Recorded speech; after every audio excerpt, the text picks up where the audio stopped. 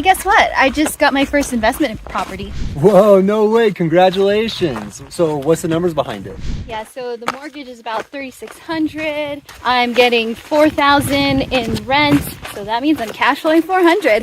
Hold on. So you're getting about $4,000 in rent and your mortgage is $3,600. You are definitely not cash flowing $400 a month. Wait, what do you mean? Okay, so the idea is that there are variable expenses along with your mortgage. So there's a lot more to those expenses, but hopefully the numbers still work for you after my analysis with you. Oh man, fingers crossed.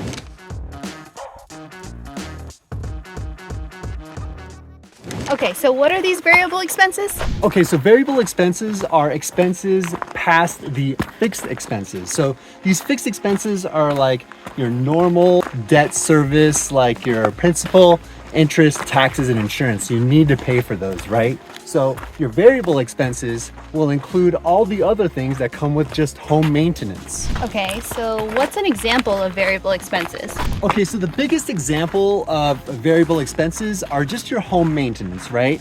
That would include, let's say, lawn care, reseeding the lawn, winterizing your home if it's in like a icy or snowy part of town, if it gets below freezing sometimes. All of that has to be factored in with your variable expenses and just the overall maintenance of the home. A couple of other variable expenses include, let's say, HVAC maintenance, where you get like a regular person going out there to make sure that it's just operating accordingly. And HVAC is like your heating and AC units. And also like getting those filters replaced. I mean, it's maybe like $30 every quarter, like every 3 months, but it's really not that big of a deal. However, just factoring that in, make sure that you're ready for the next, bad situation to happen. Are there any variable expenses outside of home maintenance? Yes, and I'm glad you asked. So with the rent by the room strategy, which is the strategy you're using, right? So with that, you gotta factor in vacancy and also turnover. Every time someone leaves the room or leaves the house, chances are they're not gonna be keeping it in the best condition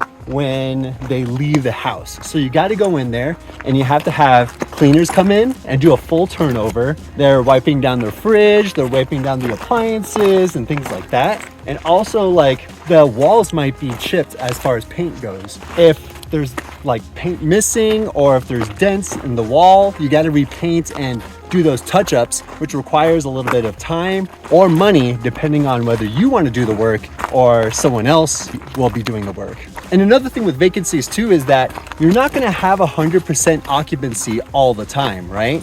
So what I like to have as an expectation is that it's about 2 weeks to maybe 1 month of turnover or lost rent during that time. So let's say someone moves out on the 30th of let's say September, and then there's about 2 weeks of having those or that lost rent so that you can actually clean up and get the place ready for the next guest coming in. Okay, so I'm definitely gonna have vacancies. I'm definitely gonna have someone clean for me. So what else? Yeah, definitely. So there's the cost of utilities. So with the rent by the room strategy, you can actually tack on another, let's say $50 or $75 per month, depending on how many rooms there are and how much usage they're going to be using for, let's say, heat, water, gas, any of that good stuff, right? If it's a short-term rental or a mid-term rental, then you're most likely going to have to bake in the cost of utilities on your end because the guest is not going to be paying for the utilities on their side. You're going to be paying for it as the owner on the mid-term rental and short-term rental side. Now, as far as the long-term rental strategy, they usually have all the hookups and utilities under their name with the public utility company. So whether that's gas, electric, they just call them up and sign up for it and have their credit card on file so that everything's set up and it's on automatic payments and you don't have to worry about all that good stuff. So first, I'm thinking of managing it myself, but might switch to property management. Do I have to factor that in too? So with property management, if you're managing it yourself, then you don't have that extra cost, but you're not going to want to manage it always all the time. Let's say years down the future or in the future, right? So what I usually like to tack on for the long-term rental and rent by the room strategies is about 8 to 10% of the monthly rent as an expense. And also with the midterm rental or short-term rental strategies, I would say about 18 to 25% of what the rent could potentially be just because you charge a higher premium for the guests, and it's a little bit more maintenance and more turnover compared to long-term rental and rent by the room. And then lastly, about the property management aspect of it, there are the fees for the leasing agents. For example, you're not going to be there finding the applicants, showing the property, vetting them, making sure they're decent human beings and all that good stuff. The property manager is going to be doing all of that, right? So they usually charge about 50% of the first month's fee. So let's say if it's $1,000 per month that you're charging, they would take a fee of about $500 in order to go through that whole process of the turnover. All right, so utilities, maintenance, property management. Is there anything else, any other big ticket items that I should be worrying about? Yeah, for sure. So these bigger ticket items are called capital expenditures, or CapEx. So you're going to be saving a portion per month to just get ready for these big purchases, because they're not going to last a long time, like a super long time. Some of them last 15 years, maybe even 10 years. It all depends on the appliance and the CapEx item, right? So I would definitely factor in, let's say, the roof, the appliances, HVAC, and things like that. And it's usually a fixed amount per month that you're saving.